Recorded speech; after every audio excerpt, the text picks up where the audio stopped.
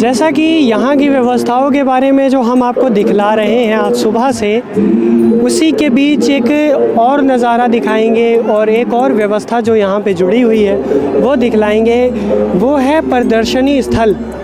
हर बार की तरह इस बार भी संत रामपाल जी महाराज जी की जुड़ी जो कहानी है, जो इनका इतिहास है, वो यहाँ पे दर्शाया गया है, वो बतलाया गया है। जैसा कि अब हम भी चलेंगे, कोशिश करेंगे कि अंदर की व्यवस्थाओं के बारे में जानने की। तो दर्शकों, आध्यात्मिक प्रदर्शनी में हैं हम, और यहाँ की जो व्यवस्था का सिलसिला है, जो यहाँ से सीरीज़, ये जो चित्रण देख रहे हैं, यहाँ से स्टार्ट होती है, यहाँ से प्रारंभ होती है। यहाँ पे हर बार की तरह इस बार भी यहाँ पे सजावट की गई है आध्यात्मिक प्रदर्शनी में। और ये संत रामपाल जी महाराज जी जितनी भी अपने प्रवचन, अपनी कथाओं में जो कहानी बताते हैं, जो कथाएं बताते हैं, उसको चित्रण किया गया है। तो इसी बीच हम किसी से जानने की कोशिश करेंगे, यहाँ के जो सेवादार हैं उनसे। सर नमस्कार। सत साहिब जी। सर क्या नाम है आपका? नवीन दास। नवीन जी, जैसा कि हम अभी मौजूद हैं आध्यात्मिक प्रदर्शनी में, यहाँ की जो व्यवस्था है इसके बारे में बताइए। कैसे स्टार्ट होता है, कहाँ से प्रारंभ हो रहा है? ये आध्यात्मिक प्रदर्शनी लगी हुई है, ये संत रामपाल जी महाराज जी के समागम में 3 दिन का दिव्य धर्म यज्ञ दिवस के उपलक्ष्य में ये आध्यात्मिक प्रदर्शनी लगाई गई है। ये प्रदर्शनी की शुरुआत का फर्स्ट फ़ोटो यहीं से स्टार्ट है। इस फ़ोटो में दृश्य दिखाया गया है कि जो दिल्ली का बादशाह आज से 600 साल पहले करीब सिकंदर लोधी के धार्मिक पीर थे, ये शेख तकी जी, वे कबीर साहब जी से ईर्ष्या करते थे। उन्होंने कबीर साहब जी के नाम की झूठी चिट्ठियाँ बंटवा दी थी। ये वो फ़ोटो है कि शेख तकी और कुछ हिंदू संत बोलते हैं या ब्राह्मण, उन्होंने इकट्ठा होकर कबीर साहब जी को भगाने के लिए, काशी से बदनाम करने के लिए 3 दिन के भंडारे की झूठी चिट्ठी बांटने की तैयारी कर रहे थे। नवीन जी, जैसा कि हमें काफ़ी बहुत अच्छा सुंदर दृश्य दिख रहा है, और कहीं ना कहीं ये चीज़ तो हमें खुद ब खुद बयां कर रही हैं। आप लोगों ने यहाँ की जो व्यवस्था है यहाँ पे लिखा भी है, दर्शकों जो पढ़ना चाहे वो पढ़ भी सकते हैं, और गाइड सेवादार हैं जैसा कि हमारे साथ हैं नवीन जी। और ये अपने आप में प्रदर्शनी बोल रही है, ये जो कैरेक्टर्स लगाए गए हैं ये अपने आप में कुछ ना कुछ बयां कर रहे हैं। तो आगे चलते हैं, इसके बारे में बताएं नवीन जी। जी, ये सेकंड फ़ोटो है। तो जो शेख तकी जी थे वे सिकंदर लोधी के पास गए, दिल्ली के बादशाह सिकंदर लोधी के पास, और उन्होंने वो चिट्ठी पढ़ के सुनाई कि सिकंदर जी, ये आपके गुरु कबीर साहब जी भंडारा कर रहे हैं 3 दिन का, उन्होंने निमंत्रण भेजा आपके लिए। तो सिकंदर लोधी बोले कि पढ़ के सुनाओ, मेरे गुरु जी भंडारा करे और मैं तो ज़रूर जाऊँगा, पढ़ के सुनाओ। ये वो दृश्य है जी। इसके बाद ये तीसरा नंबर का फ़ोटो है। इसमें देखो, शेख तकी पीर के कहने पे जो झूठिया चिट्ठियाँ फैलाई गई थी पूरे भारतवर्ष में, उन निमंत्रण पा करके 18 लाख साधु संत काशी नगर में इकट्ठा हो गए थे। तो उस समय संत रविदास जी सुबह सैर पे निकले थे, उन्होंने देखा इतने सारे साधु संत इकट्ठा हो गए काशी नगर में। तो उन्होंने पूछा कि आप इतने सारे इकट्ठा कैसे हो गए? तो वे साधु बोलने लगे, ब्राह्मण बोलने लगे कि आपको पता ही नहीं काशी वालों, कबीर साहब जी तो भंडारा कर रहे हैं और 3 दिन का, ये देखो हमारे पास चिट्ठी रही। तो वो चिट्ठी दिखा रहे हैं कि ये देखो कबीर साहब की चिट्ठी गई है हमारे पास। कहीं ना कहीं उन लोगों के प्रति, कबीर साहिब जी के प्रति इन लोगों की ईर्ष्या थी, वो नफ़रत करते थे, क्योंकि कबीर जी ने कहीं ना कहीं पूरी सच्चाई को एकदम ताल की ठोक के कह रखी है। वो किसी से छल कपट से दूर थे, परे थे। तो इस चीज़ के बारे में आप बता रहे हैं, आगे के बारे में बताइए सर जी। ये जानना चाहेंगे, यहाँ जो ये बैल हैं, ये बिना सींग वाले बैल हैं, ये क्या बतलाता है हमें? ये जी सतलोक से आए थे। कबीर साहब जी के बारे में जब झूठी चिट्ठी फैला दी पूरे भारतवर्ष में, तो कभी सारे 18 लाख साधु संत काशी में इकट्ठा हो गए। तो कबीर साहब जी एक जुलाहे की भूमिका निभाते हुए, लीला करते हुए कि मैं एक इतना गरीब भक्त हूँ। वो अपने आप को भक्त भी बताते हैं कि अगर परमात्मा की भक्ति करनी है तो गरीब बन के ही, मतलब अमीर हो चाहे गरीब हो, मैं इतना गरीब हूँ लेकिन भगवान फिर भी मदद करता है। उन्होंने प्रमाण दिया कि वह खुद सतलोक गए, वहाँ से केशव बंजारा का रूप बना के वहाँ से 9 लाख बैलों पे थोड़ी पकौड़ी हर प्रकार का मोहन भोजन लेके वे पृथ्वी पे आए थे। आगे चलते हैं। उस जो भंडारा था वहाँ पे ये दृश्य भी देखने को मिल रहा था कि आसमान से जल की धारा निकल रही थी और वहाँ जो पीने का पानी यूज़ हो रहा था भंडारे में, उस भंडारे का पानी पीने के लिए वहाँ से यूज़ किया जा रहा था, जो कि सतलोक से आ रहा था। और वो पानी इतना निर्मल था कि जैसे गंगा का जल। कबीर साहब जी बताते हैं कि ये जो गंगा है वो भी सतलोक से ही इतना निर्मल है, पानी जल है वहाँ का, वो सतलोक से ही पानी आ रहा था, वो पानी यूज़ कर रहे थे, यहाँ का जल भी यूज़ नहीं किया था भंडारे में। और क्या बताना चाहेंगे? आगे देखते हैं दर्शकों, जैसा नवीन जी ने बताया यहाँ पे, और आगे क्या बताते हैं सर? यहाँ पे क्या दर्शाया गया है? यहाँ जी ये फ़ोटो है, ये भंडारा करते हुए साधु संतों की है और भंडारा कराने वाले ये बंजारे जो सतलोक से आए थे, तो ये भंडारा करा रहे हैं हर प्रकार का, जो जिस प्रकार का ही भोजन मांग रहा था, कचौड़ी पकौड़ी, कोई फल, लड्डू जलेबी, हर प्रकार का मोहन भोजन उनको दिया जा रहा था। और ये सभी तारीफ़ कर रहे थे कि भाई वाह, कबीर साहब जी ने इतना स्वादिष्ट भोजन, इतना अच्छा भंडारा, जो भी मांग रहे वही मिल रहा है। यहाँ पर 18 लाख व्यक्ति जी खाना खा रहे थे। उन्होंने अपनी समर्थता उनको दिखाई कि भाई तुम मुझे यहाँ देखते हो कि मैं गरीब आदमी हूँ, लेकिन उसके बाद भी, गरीब आदमी होने के बाद भी 18 लाख व्यक्तियों का व्यवस्था करना, उनके लिए जो वो मांगे वो चीज़ उनको देना, फिर साथ में सूखा सीधा देना, साथ में 10 ग्राम सोना और एक इतना महंगा कपड़ा देना, मतलब किसी आम आदमी के से तो नहीं हो सकता। तो ये उनकी समर्थता देख करके सिकंदर लोधी ने भी उनको दंडवत प्रणाम करी। यहाँ पर आने के बाद जो सिकंदर लोधी का जो हाथी था, उन्होंने उस अंबारी के सारे दरवाजे खोल दिए और कबीर जी, सिकंदर लोधी और साथ में रविदास जी, ये सब जा कर के अंबारी में बैठे। रविदास जी ने सेवा ले ली चवर करने की। चवर की सेवा सिकंदर लोधी ने कहा कि आप तो ये रोज़ ही करते हो, ये सेवा आज इस दास को दे दो। तो उन्होंने कबीर जी के ऊपर चवर करना शुरू किया। इसके साथ में जब वो उसको लेकर के, फिर हाथी को लेकर के जहाँ भंडारा चल रहा था वहाँ पहुँचे। अब भंडारे में क्योंकि सब लोग उनका इंतज़ार कर रहे थे कि भाई वो सेठ कबीर कौन है। अब कोई उनको जुलाहा कबीर नहीं बोल रहा था, बोल रहे थे वो सेठ कबीर कौन है जिसने इतना अच्छा भंडारा करवाया, सबको सोना भी दे रहा है, दोहर भी दे रहा है। तो उन्होंने कहा देखो वो आ गया, वो हाथी के ऊपर का, वो जिसके ऊपर सिकंदर लोधी जिसके ऊपर चवर कर रहा है ना, वो है सेठ कबीर।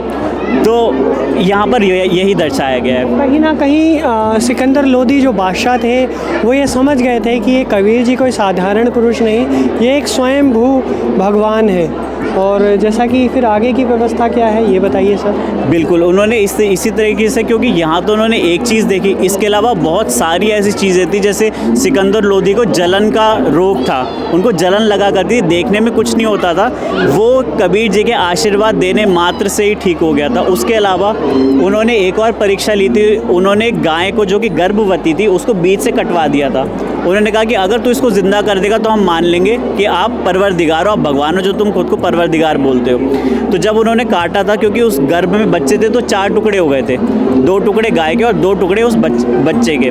उन्होंने सबको एक एक आशीर्वाद दिया और गाय जुड़ गई और साथ में जो उसका बच्चा था वो भी जुड़ गया। और उन्होंने उस गाय से दूध की बाल्टी भर करके उनके सामने रख दी, तब उन्होंने अपना प्रमाण दिया था। तो इस तरीके के बहुत सारे प्रमाण उसने देखे थे। इसके अलावा यहाँ पर आगे, अब यहाँ पर क्या है, जब कबीर जी यहाँ पर आए थे तो उनका मुख्य उद्देश्य था कि वो सारे लोगों को अपने बारे में बता करके यहाँ से ले जा करके सबको सतलोक ले जा सके, ज्ञान दे करके। तो अब जब यहाँ पे इतने सारे व्यक्ति इकट्ठे हुए थे तो केशव रूप में सामने बैठे हुए थे, अपने दूसरे रूप से मिले। केशव रूप में वो सवाल पूछा करते थे, कबीर जी जवाब दिया करते थे। अब जैसे कि उन्होंने सवाल पूछा कि आप यहाँ पर ये किस जगह आ गए, आप कि भगवान आप किस जगह आ गए, यहाँ तो ना आसमान में झरने हैं, ना यहाँ पे हीरे मोती के पहाड़ हैं, ना यहाँ पे अमृत सरोवर है, आपका यहाँ कैसे मन लग रहा है, मैं तो बड़ा बेचैन सा हो रहा हूँ। तब कबीर जी ने कहा कि केशव तू मेरे दर्द को नहीं समझ सकता, ये सारे मेरे बच्चे हैं। और ये जो है ना, ये भले ही बच्चे कितनी गलती कर दे लेकिन बाप पीछे पीछे आता है। तो इन सब को है ना मैं ज्ञान दे करके वापस ले जाने के लिए आया हूँ। तब इस तरीके की 3 दिन तक सत्संग चला, जिसको सुन के बहुत सारे लोगों ने नाम उपदेश लिया। आइए, अब यहाँ पर क्या हुआ कि जब वो भंडारा 3 दिन का भंडारा समाप्त होने लगा, उसके बाद उन्होंने देखा कि जो इनके बैल थे वो सब आगे की तरफ जा रहे थे और जो केशव थे वो पीछे बैठे हुए थे। तो उनके बैल जो थे वो काफ़ी आगे तक चले गए। अब जो 9 लाख बैल हो तो काफ़ी दूर तक दिखाई देंगे। तो यहाँ पर बैठे हुए व्यक्तियों ने कहा कि केशव आप भी जाओ, आपका जो काफिला है बहुत दूर चला गया होगा, आपको देर हो जाएगी। तो केशव बंजारा ने कहा कि मुझे देर नहीं होती। उन्होंने कहा कि वो जो काफिले की तरफ देखा तो काफिला था ही नहीं। उन्होंने कहा कि वो काफिला कहाँ गया, क्योंकि 9 लाख बैल जाते हो तो बहुत दूर तक दिखाई देंगे। उन्होंने कहा वो चले गए जहाँ से वो आए थे। और इतने में क्या हुआ कि जो केशव थे वो कबीर जी में समा गए। देखिए इधर जैसे यहाँ पे दिखाया हुआ, केशव जो है वो कबीर जी के अंदर इस तरह से समा गए और अकेले कबीर जी वहाँ पर रह गए। तो कबीर जी ने बताया कि ये जो भंडारा था, सब जो व्यवस्था थी वो मैंने ही करी थी, मेरे दूसरे रूप ने करी थी। ये काफिला आगे जाता हो, जो अभी हमने काफिले की बात करी थी, वो काफिला ये जो आगे 9 लाख बैलों का काफिला आगे जा रहा, नदी पड़ी थी, उस नदी का पानी एकदम घुटनों घुटनों उतर गया था और उसको फिर वो पार करके आगे चले गए थे। यही इसके अंदर दिखाया गया है। पहले ये मलुक दास जी के बारे में लिखा है। मलुक दास जी ने भी क्या कहा है कबीर जी के बारे में। जैसे मलुक दास जी को 42 साल की उम्र में कबीर जी मिले थे। 2 दिन तक उनको ऊपर ले जाके सतलोक दिखाया था, फिर वापस छोड़ा था। तो यहाँ पे मलुक दास जी ने जैसे कहा था कि जपोरे मन साहिब नाम कबीर, जपोरे मन परमेश्वर नाम कबीर। तो यहाँ पर मलुक दास जी ने कहा था कि जो परमेश्वर है वो कबीर साहिब हैं। इसी तरह से उनकी वाणियाँ और साथ में लिखी हैं। और यहाँ पर देखिए, अब यहाँ पे मीराबाई जी के बारे में भी है। जैसे हम सब लोग जानते हैं कि मीराबाई जी जो है श्री कृष्ण की पूजा किया करती थी, उन्हीं के बारे में वो फेमस है। लेकिन एक बार क्या हुआ था कि एक सत्संग में रविदास जी जैसे सत्संग कर रहे थे, तो सत्संग करते में वहाँ पे मीराबाई भी गई। मीराबाई ने सुना कि श्री कृष्ण से भी ऊपर कोई ताकत है। तो ये सुनकर के उन्हें बड़ा अचंभा, बहुत अजीब लगा। तो उन्होंने जाके सत्संग के बाद रविदास जी से पूछा कि आप कह रहे थे कि ऐसे एक श्री कृष्ण से भी ऊपर कोई है। कहा लेकिन मैं तो उनसे रोज़ मिलती हूँ। तो उन्होंने कहा बेटा, अगर आप उनसे मिलती हो तो आप ऐसा करना, उनसे पूछना कि आपसे ऊपर कोई शक्ति है और उस शक्ति के से की जो भक्ति कैसे करनी है वो मेरे पास है। तो अब जैसे मीराबाई गई और शाम को जैसे मिला करती थी श्री कृष्ण जी से, श्री कृष्ण जी आए, उन्होंने उनसे पूछा कि ऐसे ऐसे करके एक सत्संग में मैंने सुना कि आपसे भी ऊपर क्या कोई शक्ति है। तो उन्होंने कहा कि हाँ बिल्कुल है एक शक्ति, वो बहुत बड़ी शक्ति है, लेकिन उसके बारे में बात करना व्यर्थ है क्योंकि वो किसी को नहीं मिलती। लेकिन अगर वो कह रहे हैं कि वो उससे आपको मिला सकते हैं, आपकी भक्ति, उनकी भक्ति वो आपको दे रहे हैं, तो आपको बिल्कुल उनके पास जाना चाहिए। तो इस तरह से मैंने बहुत शॉर्ट में बताया है। फिर उन्होंने जा कर के रविदास जी से नाम लिया था। और यहाँ पर फिर मीरा ने कहा था, मीरा जी की एक यहाँ पे वाणी लिखी हुई है कि सत्संग में जाना मेरा ना छूटे। उन्होंने कहा क्योंकि जो मीराबाई थी वो उस वक्त ठाकुर समाज से थी और जो रविदास जी थे वो चमार जाति से थे और साथ में कबीर जी जो थे वो जुलाहा जाति से थे। तो अब वो सत्संग में जाया करती थी तो वहाँ पर उनको जो उनके घर वाले थे वो उनको रोका करते थे। लेकिन मीराबाई को कहते हैं कि मीराबाई को तो रोकना तूफ़ान को रोकने के बराबर हुआ करता था। तो जैसे कहा कि जब तू जाएगी तो तेरे रास्ते में शेर मिलेंगे, तो उन्होंने कहा कि शेरों के गीदड़ बन जाएंगे। फिर उन्होंने कहा कि इसी तरह से कि मतलब उन्होंने कहा कि चाहे कुछ भी, चाहे जल के मरो संसार, सत्संग में जाना मेरा ना छूटे। वही वाणी यहाँ पे मीरा जी की लिखी हुई है। जैसा कि आपने बताया कि मीरा जी जो भक्ति काल जो एक परिचय की मोहताज नहीं है, और आपने ये भी बताया कि मीराबाई जी ने रविदास जी से ना अपना गुरु धारण किया, फिर उनको परम अक्षी, एक परम शक्ति जो परम अक्षर ब्रह्म है वो मिले, जब जाके उनसे परिचित हुए।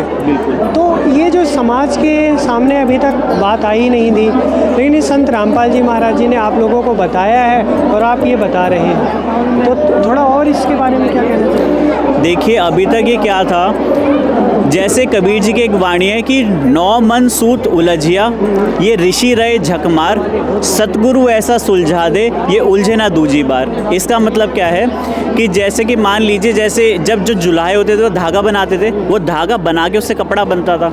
तो अगर 1 किलो धागा उलझ जाए आपस में तो उसको सुलझाने में बहुत समय लग जाया करता था। तो कबीर जी ने कहा कि मान लो ऐसे करके 7 मन हो, 7 मन, एक मन में 40 किलो होता है। तो अगर इतना सारा सूत अगर आपस में उलझ जाए तो किसी की पूरी ज़िंदगी लग जाएगी उसको सुलझाने में। तो इस वक्त आध्यात्मिक ज्ञान इस तरह से उलझा हुआ है। आप एक बार देखिए, जैसे कोई बात होती, कहते हैं कि भाई मंगलवार के व्रत रख लो, उससे आपकी ये चीज़ ठीक हो जाएगी। वो कहते हैं मंगलवार के रख लेते हैं। वो कहते हैं आप सोमवार के भी रख लो, वो सोमवार के भी शुरू कर देते हैं। कोई कुछ और कह देगा तो वो भी करने लगेंगे। तो इस वक्त यानी हमारे पास कुछ निर्णायक ज्ञान नहीं है। कोई ब्रह्मा जी को बड़ा बताते, कोई विष्णु जी को बड़ा बताते, कोई शिव जी को बड़ा बताते, कोई कृष्ण जी को बताता है। और सब धर्म अलग अलग है। सब बोलते हैं भगवान एक है। जब बात होती है कि भाई भगवान एक है कौन, तब उस पर विवाद हो जाता है कि भाई कोई कहते हैं भगवान ये है, कोई कहते हैं भगवान ये है। असल में भगवान तो एक ही है। तो दर्शकों, अभी हमने विपुल जी व नवीन जी से जो बात की, यहाँ पे ये जो प्रदर्शनी सजाई गई है काफ़ी शानदार है और अपने आप में ही ये कुछ ना कुछ बयां कर रही है।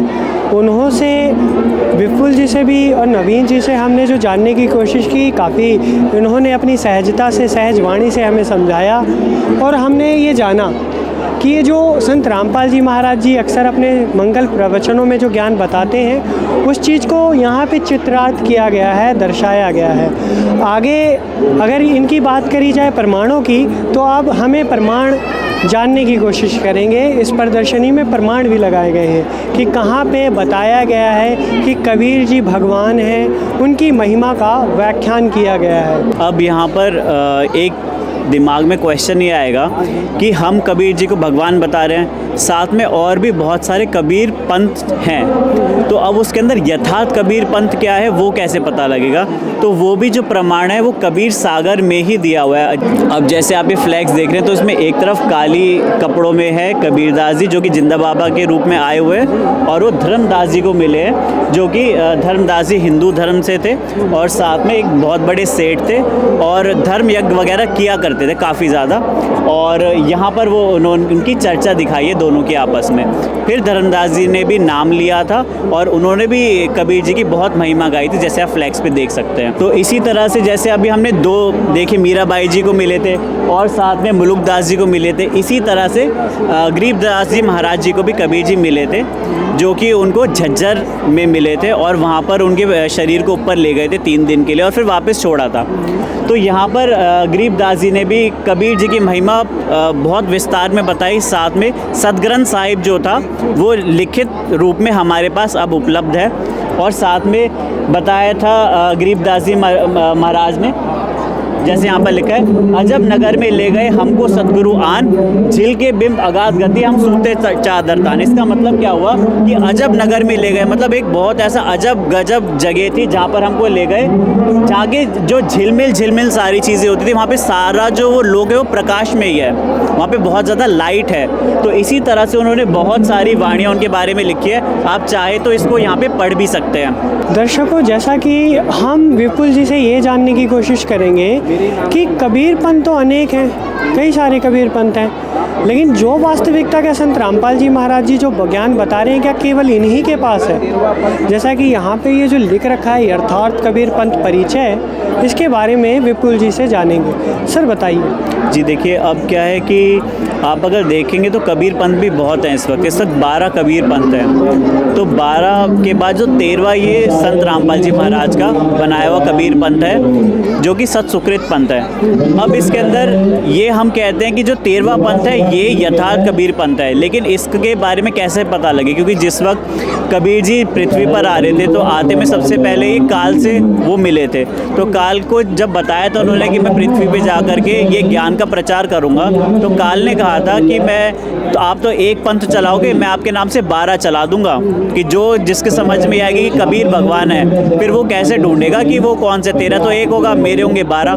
तो इसी तरीके से यहाँ पर यथार्थ कबीर पंथ के बारे में भी बताया गया है। यहाँ पर लिखा हुआ है संवत 1775 हुई ता दिन प्रेम प्रगटे जग सोई। मतलब जब संवत 1774 होगी तो उस वक्त गरीबदास जी का जन्म हुआ था और वो 12वां पंथ की शुरुआत हुई थी और कहा था कि वो जो ज्ञान है वो ज्ञान का फिर से उजियारा होगा। लेकिन वहाँ पर लोग जो है वाणी को समझने की कोशिश करेंगे लेकिन समझ नहीं पाएंगे और कोई जो है घर नहीं जा पाएगा अपने।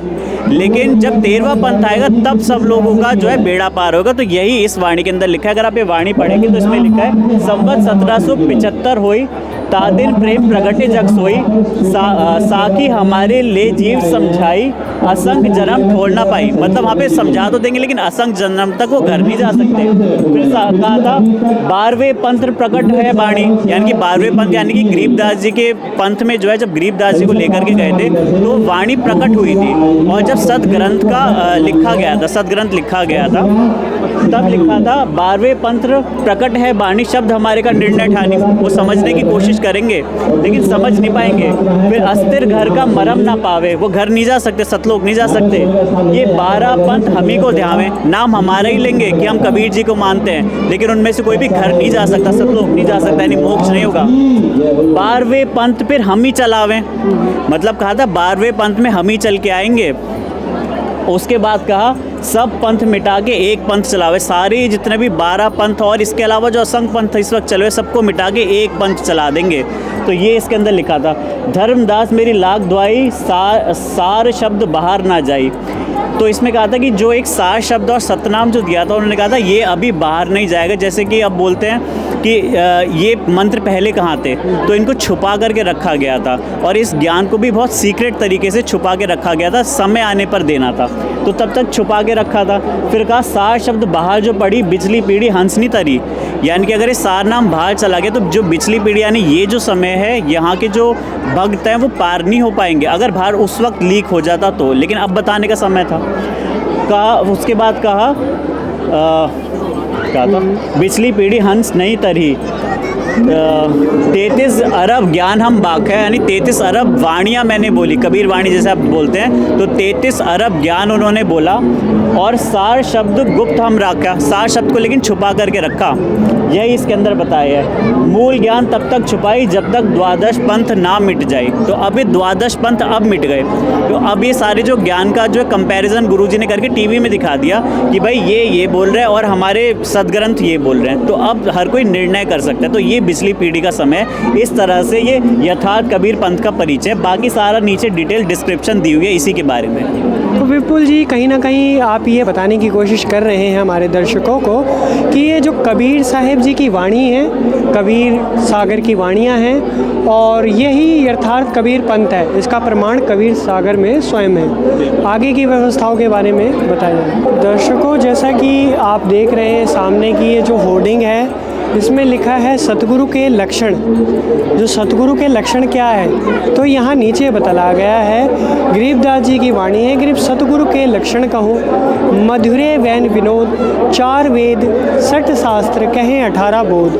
फिर नीचे भावार्थ बताया गया है, भावार्थ बताया गया है कि सतगुरु के लक्षण हैं वो सर्वज्ञाता होता है, सभी शास्त्रों का ज्ञान होता है। जैसा कि आप होर्डिंग में भी देख रहे हैं, चारों वेद हैं, गीता है, कुरान शरीफ है, श्रीमद् देवी भागवत, गुरु ग्रंथ साहिब, पवित्र बाइबल, श्री विष्णु पुराण, मार्कंडेय पुराण, भागवत और ये ब्रह्म पुराण, शिव पुराण और ये भागवत सुधा सागर जी। इसका ग्राफिकिंग जो की गई है तो सतगुरु के जो लक्षण हैं वो सर्वज्ञाता है, चारों वेदों का ज्ञान होना चाहिए, 18 बोध का, मतलब ये जो चीज़ें बताई गई हैं ये सारी चीज़ें होनी चाहिए। तो नवीन जी से जानेंगे, बताइए नवीन जी। ये वाणी है गरीबदास जी महाराज जी। गरीब सतगुरु के लक्षण कहूँ मधुरे बैन विनोद 4 वेद 60 शास्त्र कहें 18 बोध की पूर्ण गुरु की पहचान बताई गई है कि जो सच्चा संत होता है, पूर्ण गुरु होता है, वो जो ज्ञान देता है उस ज्ञान को ये प्रमाणित भी होते हैं, सभी शास्त्रों से प्रमाणित होता है वो ज्ञान। ये नहीं कि अपनी तरफ से नहीं वो ज्ञान होता, उस ज्ञान को प्रमाण करने के लिए सारे शास्त्र उपलब्ध होते हैं कि भाई सभी शास्त्रों में है वो ज्ञान, जिसको तत्वदर्शी संत बताते हैं। वो पूर्ण संत की पहचान ये है, वो जो भी बताएगा वो सभी शास्त्रों से मेल खाता है। यहाँ पे दर्शकों लिखा गया है कि पवित्र गीता जी के अनुसार शास्त्र अनुकूल तथा शास्त्र विरुद्ध साधना का चित्रण। नवीन जी बताइए इसके बारे में। ये जी फोटो लगा हुआ है, आज तक किसी ने गीता खोल के नहीं दिखाई। किसी भी साधु संत ने, हिंदू धार्मिक साधु संत ने गीता को, बंद गीता को दिखाया, खोल के कभी पढ़ाई नहीं किसी भी भगत को, किसी भी जन को। ये देखो संत रामपाल जी महाराज यहाँ पे पूरी गीता आपको आगे चल के दिखाएंगे, पूरी गीता खोल खोल के एक एक को पढ़ाया जा रहा है। देखो भाई क्या लिखा हुआ है गीता में, ये फ्लैक्स लगा हुआ है यहाँ पे। गीता अध्याय नंबर 15 श्लोक नंबर 1 से 4 तथा 16 से 17 में बताया गया है कि अर्जुन जी पूछ रहे हैं श्री कृष्ण जी से कि उस तत्वदर्शी संत की पहचान क्या होगी जो पूर्ण मोक्ष कराएगा। उस पे बताया है श्री कृष्ण जी ने वहाँ पे, जैसे गीता ज्ञानदाता श्री कृष्ण जी बोले कि जो उल्टे लटके वृक्ष को जड़ से लेके पत्ते तक बता देगा वो होगा तत्वदर्शी संत।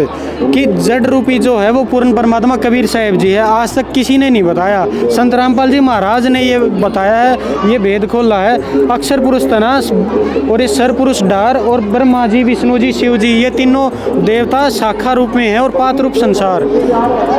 हम और कबीर साहब जी ने 600 साल पहले बता के चले गए थे कि कबीर अक्षर पुरुष एक पेड़ है, निरंजन वा की डार, तीनों देवा शाखा, ये पात रूप संसार। 600 साल पहले कबीर साहब ने बता दिया था, लेकिन उस समय हमने मानी नहीं। हम पंडित जी या जो भी हिंदू धर्म के जो होते थे धार्मिक ठेकेदार बोले तो ये मना कर देते थे कि भाई कबीर जी तो अनपढ़ हैं, ये जुलाहा जाति में है, ये अनपढ़ हैं, ये तो पढ़ ही नहीं सकते, ओनली ब्राह्मणों को पढ़ने का अधिकार है। तो हमने भी मान लिया कि भाई कबीर जी तो अनपढ़ होंगे, ये झूठ बोल रहे होंगे। और आज जब पढ़ा लिखा समाज देख रहा है कबीर सागर को कि कबीर साहब की वाणी में उन्होंने 600 साल आप देख रहे हैं, उन्होंने 600 साल पहले बता दिया था ये भेद कि उल्टे वृक्ष को क्या है, अक्षर पुरुष एक पेड़, निरंजन वा की डार, तीनों देवा शाखा, पात रूप संसार। और वे कह रहे थे कि भाई अनपढ़ हैं, ये कैसे हो सकता है। इसका मतलब कबीर भगवान था और सच में वो भगवान है। हमसे ये पूजा करवाई जा रही थी, इन डाढ़ियों को पानी डलवाया जा रहा था, इन ब्रह्मा जी, विष्णु जी, शिव जी की पूजा करवाई जा रही थी, जिनसे अगर इनकी पूजा करेंगे तो पेट सूखेगा ही। बस हमको अपने कर्म आधार पे जो मिलना था वही मिलना था। क्योंकि हम देखते हैं किसी को कैंसर हो जाता है, डॉक्टर कह देते हैं कि भाई अब हमारे हाथ में बात नहीं है। कोई भी पंडित, कोई भी वैद्य, सब कह देते भाई ये तो अब हमसे ठीक नहीं होगा, अब भगवान के भरोसे ही ये बात है। और वो उस व्यक्ति ने क्या बचपन से भक्ति नहीं की, वो बचपन से भक्ति करता है, उसका परिवार भक्ति करता है और उस व्यक्ति की रक्षा नहीं होती।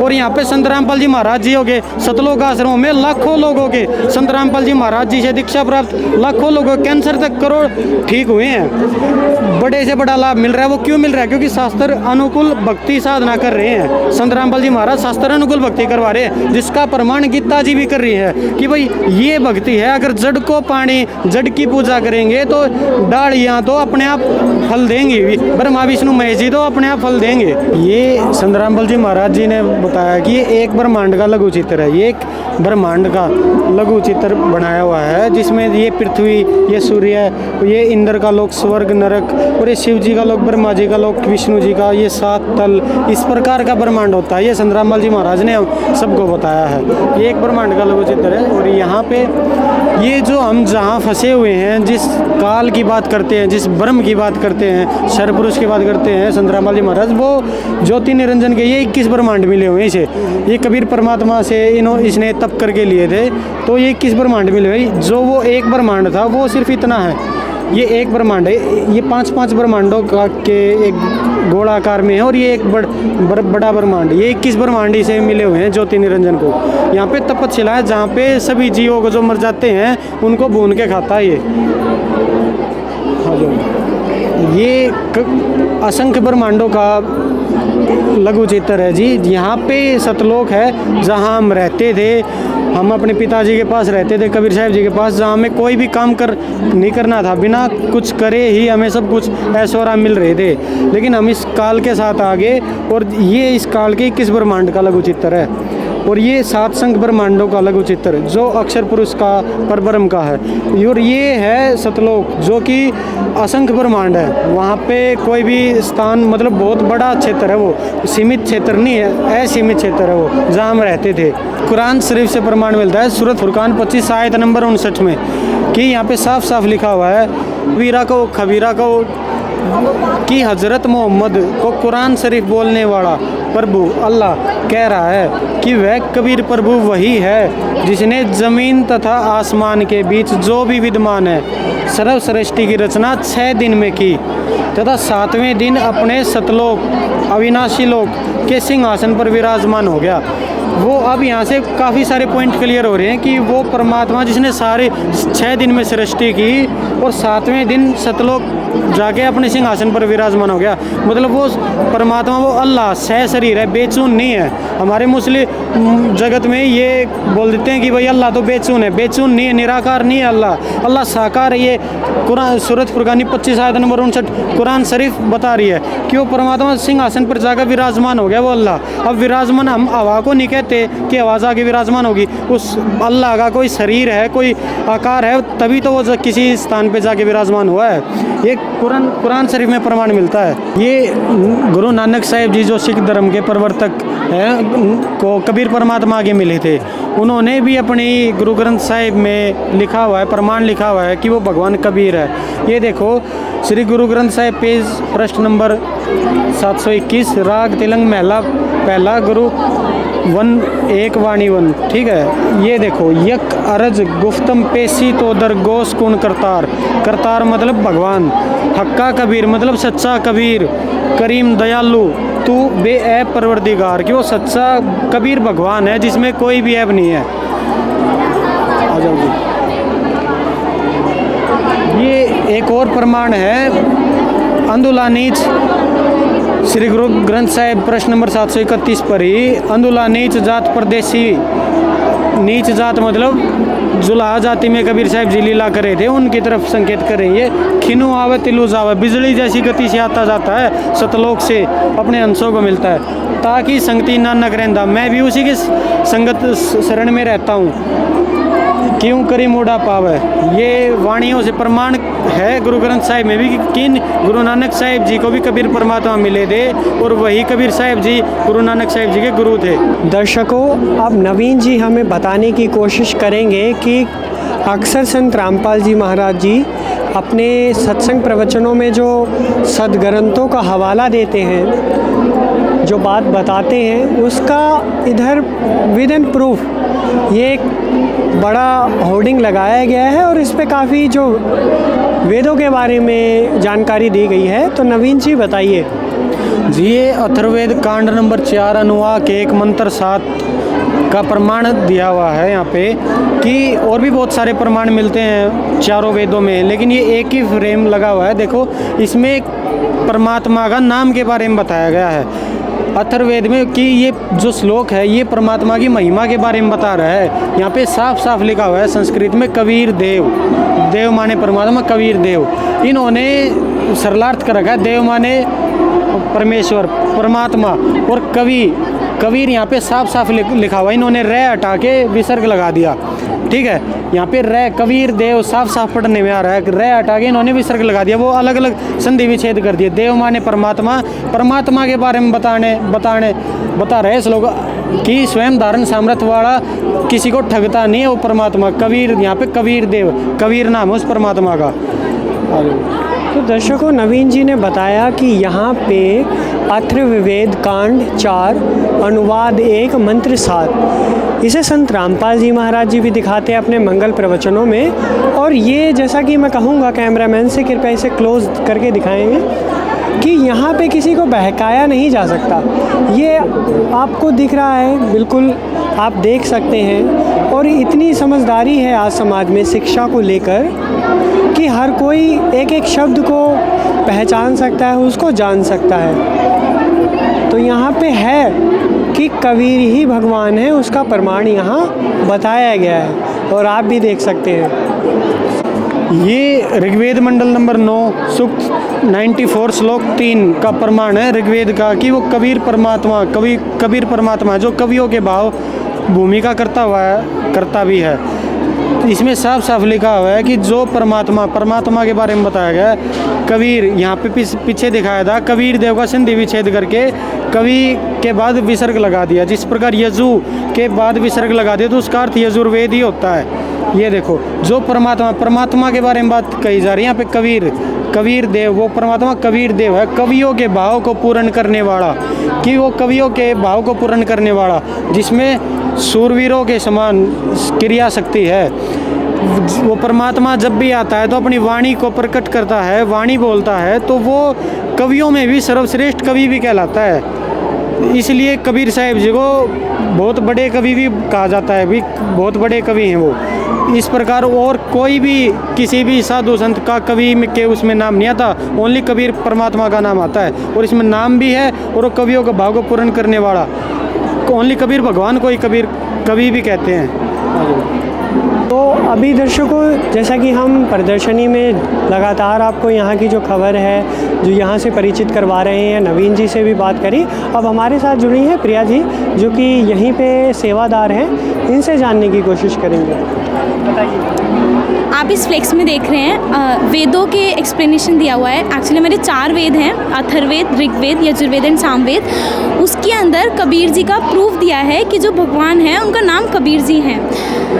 हमारे गुरुजी के ऊपर एक मिसकंसेप्शन चलता है कि हमारे गुरुजी जो बोलते हैं कि उसके अंदर अथर्ववेद कांड 4 अनुवाक 1 मंत्र 7 के अंदर उसमें लिखा हुआ है कि जो कबीर जी हैं, कबीर देव की भूमिका करते हैं, उनका नाम कबीर परमेश्वर है और वो भगवान हैं। तो वो लोग कहते हैं कि वो कबीर देव हैं, उसमें कबीर नहीं लिखा।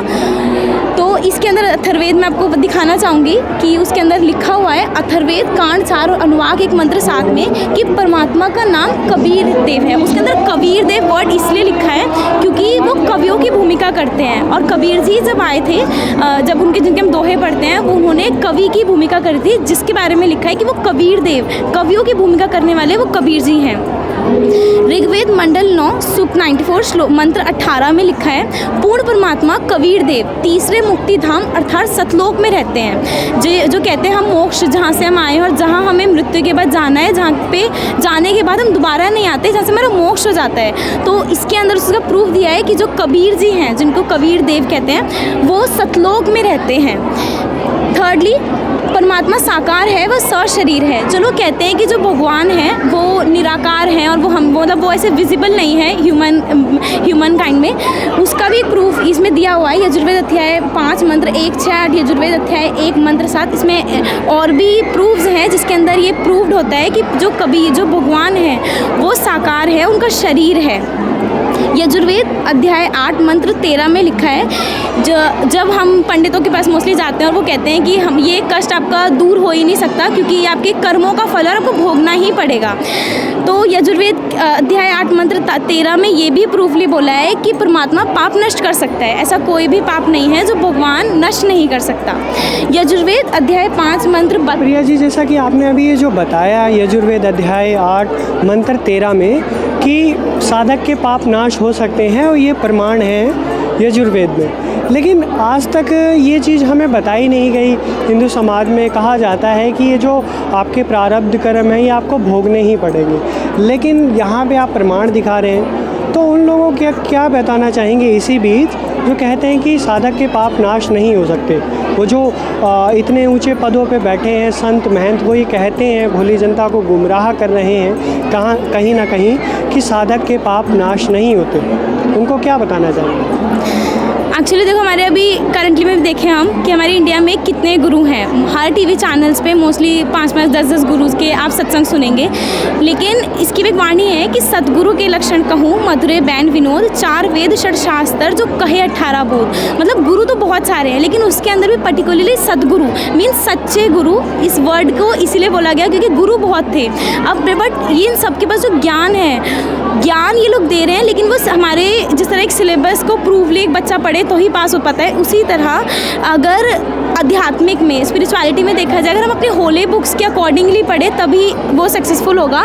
तो हमारे गुरुजी संत रामपाल जी महाराज जी हमारे शास्त्रों के अनुसार बताते हैं। हमारे गुरुजी कुछ भी अपने आप नहीं बताते, और इसलिए इन लोगों ने ना तो ग्रंथ इन्होंने ठीक से इन लोगों देखते उसके अंदर लिखा क्या है, और हमारे गुरुजी अब जो सद्गुरु होंगे ना, उन्हीं की भक्ति से पाप नष्ट हो सकते हैं। ये लोग भक्ति भी करते थे, ये लोग अपने साधकों को भक्ति देते भी थे, बट वो पर्टिकुलरली वो भक्ति नहीं थी जो हमारे शास्त्रों में लिखी है कि आप उससे, वो मंत्र नहीं थे जिससे कि पाप नष्ट हो सकते हैं। और जब इनको नहीं मिला सुख और जब इनके नहीं हुए तो इन्होंने इस कॉन्क्लूजन पे पहुंच गए कि पाप नष्ट ही नहीं हो सकता है। यजुर्वेद अध्याय 5 मंत्र 32 में लिखा है, कबीर परमात्मा संपूर्ण शांतिदायक है। उन्होंने बोला कि जो पीस ऑफ माइंड है वो कबीर जी देते हैं। तो इसके अंदर मतलब हर वेद में आप देख सकते हैं कि बोला है कि जो भगवान है उनका पर्टिकुलरली जो नेम मेंशन किया है वो कबीर जी हैं। ऋग्वेद मंडल 10 इसके अंदर भी बोला है, पूर्ण परमात्मा आयु बढ़ा सकता है और किसी भी रोग को नष्ट कर सकता है। मोस्टली आप लोग कहते हैं कि एज नहीं बढ़ सकती, जितना आपके कर्मों में है आप इतना जीवन जिएंगे, आप उतने ही मतलब उससे ज़्यादा वो एक्सटेंड नहीं हो सकता। बट जो पूर्ण संत होते हैं, जो पूर्ण परमात्मा की जो भक्ति करते हैं, वो उसको एज भी बढ़ा देते हैं भक्ति के लिए। ये चीज़ भी हमारे ऋग्वेद के अंदर मेंशन है। 3 बार में नाम जाप का प्रमाण सामवेद के अंदर ये प्रूफ देते हैं। सामवेद के अंदर हमें प्रूफ मिलता है कि जो पूर्ण संत होगा, जो लोग एक बार, इसकी भी एक पहचान है कि लोग मोस्टली गुरु एक बार मंत्र देते हैं और कहते हैं इससे आपका मोक्ष हो जाएगा, आप लाइफ लॉन्ग इसकी भक्ति करते रहो। लेकिन हमारे सामवेद के अंदर ये बताया गया है जो वो पूर्ण संत होंगे वो 3 बार में नाम देंगे, मतलब 3 कैटेगरीज में नाम देंगे, first stage, second stage and third stage. वास्तविक गायत्री मंत्र, जो हमारा मेन गायत्री मंत्र है, उसका भी प्रूफ यजुर्वेद अध्याय 36 मंत्र 3 में बोला है। और पवित्र ऋग्वेद में सृष्टि रचना का प्रमाण, हमारी सृष्टि एक्चुअली रची कैसे गई, इसका फॉर्मेशन कैसा हुआ, उसका भी प्रमाण हमारे ऋग्वेद में है। तो इस हमारे जितने भी वेद हैं टोटल, इन चारों में हमें हर चीज़ का प्रूफ मिलता है कि भगवान कौन है, वो गुरु हमें कैसे मिल सकते हैं, सद्गुरु, और हम उसके अंदर उसकी भक्ति किस प्रकार की वो भक्ति देते हैं और हम उनसे कैसे मोक्ष पा सकते हैं। उत्तर दक्षिण पूर्व पश्चिम तू फिरता दाने दाने नू, सर्व कला सदगुरु साहिब की, हरि आए हरियाणे नू। वाणी है जी, उत्तर दक्षिण पूर्व पश्चिम हम कहाँ कहाँ जाते हैं। नॉर्मली लोग केदारनाथ, बद्रीनाथ, बहुत सारे धामों पे जाते हैं कि हमें वहाँ पे भगवान मिलेंगे, या फिर उस धरती का हमारा बहुत मतलब पुण्य है वहाँ पे जाने का। लेकिन इसकी भी एक वाणी है कि तुम क्यों इतनी जगह घूमते हो, हरि आए हरियाणे नू। हरि मीन्स भगवान, वो हरियाणा में आए हैं। हरियाणा को अगर आप वर्ड को अगर थोड़ा सेपरेट करें, हरि प्लस आना, मतलब जहाँ पे भगवान आते हैं। 8 सितंबर 1951 में संत रामपाल जी महाराज जी का हरियाणा में हमारे गुरु जी का जन्म हुआ था। तो ये इस डेफिनेशन को थोड़े क्लेरिफाई कर रहा है कि जो वो भगवान है, जो हरियाणा में जो बोला गया हरि प्लस आना, जिसकी, और ये वाणी तब की है जब हरियाणा जो स्टेट था उसका मतलब फॉर्मेशन भी नहीं हुआ था, जब ये स्टेट का नेम मतलब रिकॉग्नाइज भी नहीं किया गया था ये हरियाणा है। तो इस चीज़ को ये क्लेरिफाई कर रहा है कि संत रामपाल जी महाराज जी वो पूर्ण संत हैं। लोग मोस्टली कहते हैं जब उनको सत्संग में या फिर किसी चीज़ के लिए बोला जाता है आप सत्संग में जाया करो, कि एक भक्ति करने की, स्पिरिचुअलिटी से जुड़ने की एक एज होती है कि जब हम एक एज क्रॉस करेंगे, मतलब हमारा यूथ जब निकल जाएगा, हम ओल्ड एज में जाएंगे, तब हम भक्ति करेंगे। इसके ऊपर एक वाणी है, ये संसार समझदा नाही, कहंदा शाम दोपहरे नू, गरीब दास ये वक्त जात है, रोवो गेस पहरे नू।